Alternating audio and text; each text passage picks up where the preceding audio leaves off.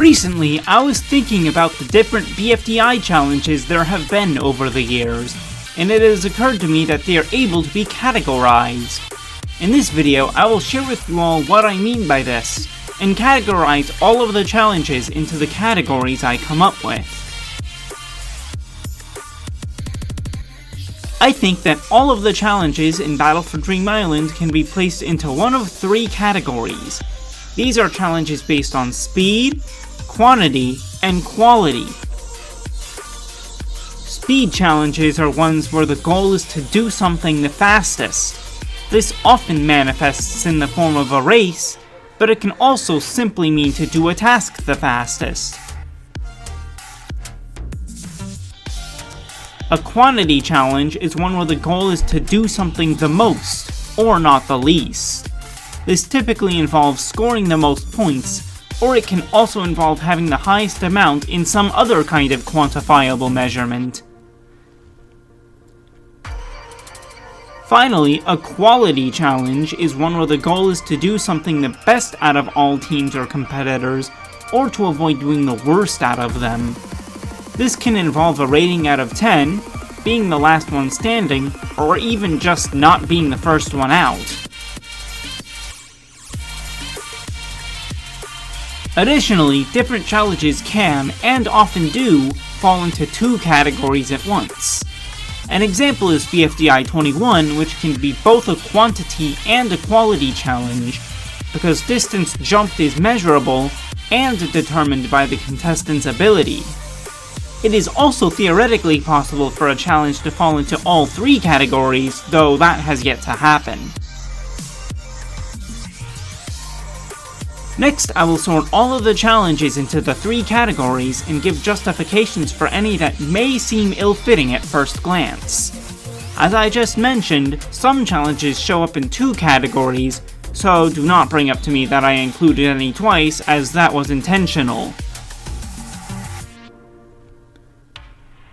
The challenges I have determined to be in the speed category are the ones from the following episodes: BFDI 1B, 2, 5, 6, 7, 8, 9, 11, 12, both the loaves and marbles from 13, 14, 17, 19, 22, and 23, along with BFDI 10's skiing challenge, BFDI A3, 5, 6, 9, 14, and 15, BFB 1, 2, 3, 9, 11, 12, 13/14, 15, 17, 23, 26, 27, and 28, and Teapot 1, 5, 7, 10, and 14.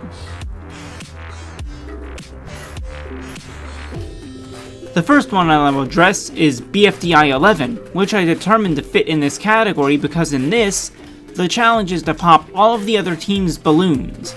This would imply that whichever team wins would have acted the fastest to pop the other balloons. BFDI 13 is a speed challenge for a similar reason. The faster a contestant found a ball, the more points they received, meaning the longer one took, the less likely they were to end up safe. The challenge in BFDI A6 is about who can get to sleep the quickest, with the last team to get to sleep, or in this case the one that doesn't get to sleep at all, being put up for elimination. Wope Bunch must have had a very bad night. BFDI A9 is included in this category because even when no attempts are actively being made, the crusher still lowers, so they not only have to guess correctly, but also do so quickly. BFB 3 is a speed challenge because it is about who can get to 50 times around the swing the fastest. To make it a quantity challenge, it would have to be swing as many times as you can in a set amount of time. I have categorized Teapot 7 as a speed challenge based on the fact that the last two teams left unfinished get put up for elimination. One could argue for quality given that Just Not made the roller coaster worse, and I considered it, but I decided against it. Finally, I considered Teapot 10 to be a speed challenge, because it was all about who was able to escape their teammate's dream first. I probably didn't even need to justify this one, honestly, but I had it in my script notes to do so. Ironically, the quantity category has the fewest challenges that fall under it.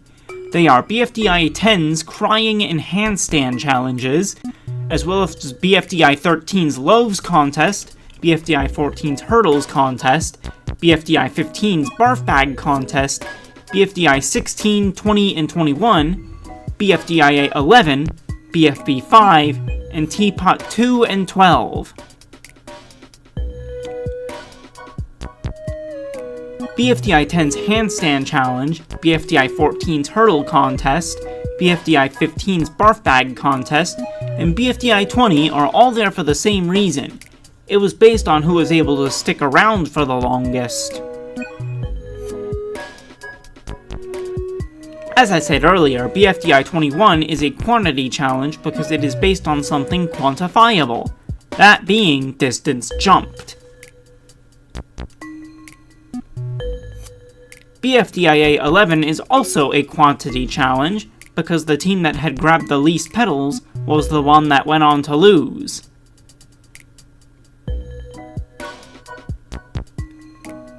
Lastly, BFB 5 qualifies for this category for essentially the same reason as BFDI 20, with one important difference. That being BFDI 20 had one winner, while BFB 5 had one losing team, that being Beep. Finally, we have the quality challenges. The following episodes have challenges that fall into this category: BFDI 1A, 3, 4, 13, the Marble Contest from 14, the Taco Contest from 15, 18, 21, and 22's Rigged Beauty Contest. BFDIA 1, 2, 4, 7, 9, 10, and 12, BFB 4, 6, 7, 8, 10, 12, 18, 19, 21, 22, 24, and 25, and Teapot 3, 4, 6, 8, 9, and 13. Man, BFB is heavily represented in this category. BFDI 13 has been mentioned as a speed contest, but it is also a quality contest. This is because the red ball you have to find specifically has to be red, as opposed to another shade like maroon, and it has to be a ball, as opposed to another item like an apple.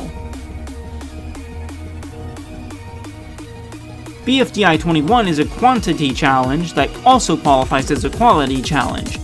This is because the quality of the contestants' jumps is what leads to a better distance, or a lack thereof causes a worse distance. BFDIA 9 is a quality challenge because how well contestants are able to do their charade, and how well their teammates can guess, will determine if they get to stay alive.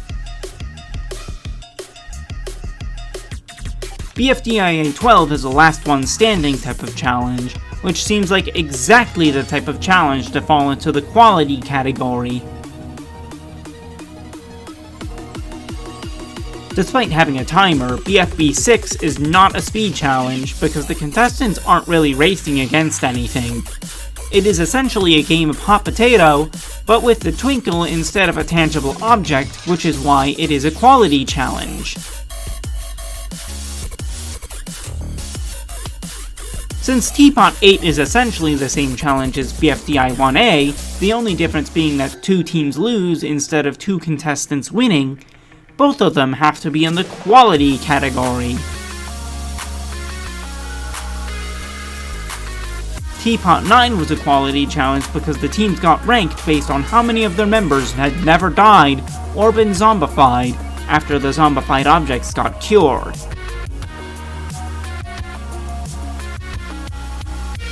Finally, Teapot 13 is a quality challenge because the teams had to be the best at keeping their respective assigned threat away from 2, and keep it from bothering them.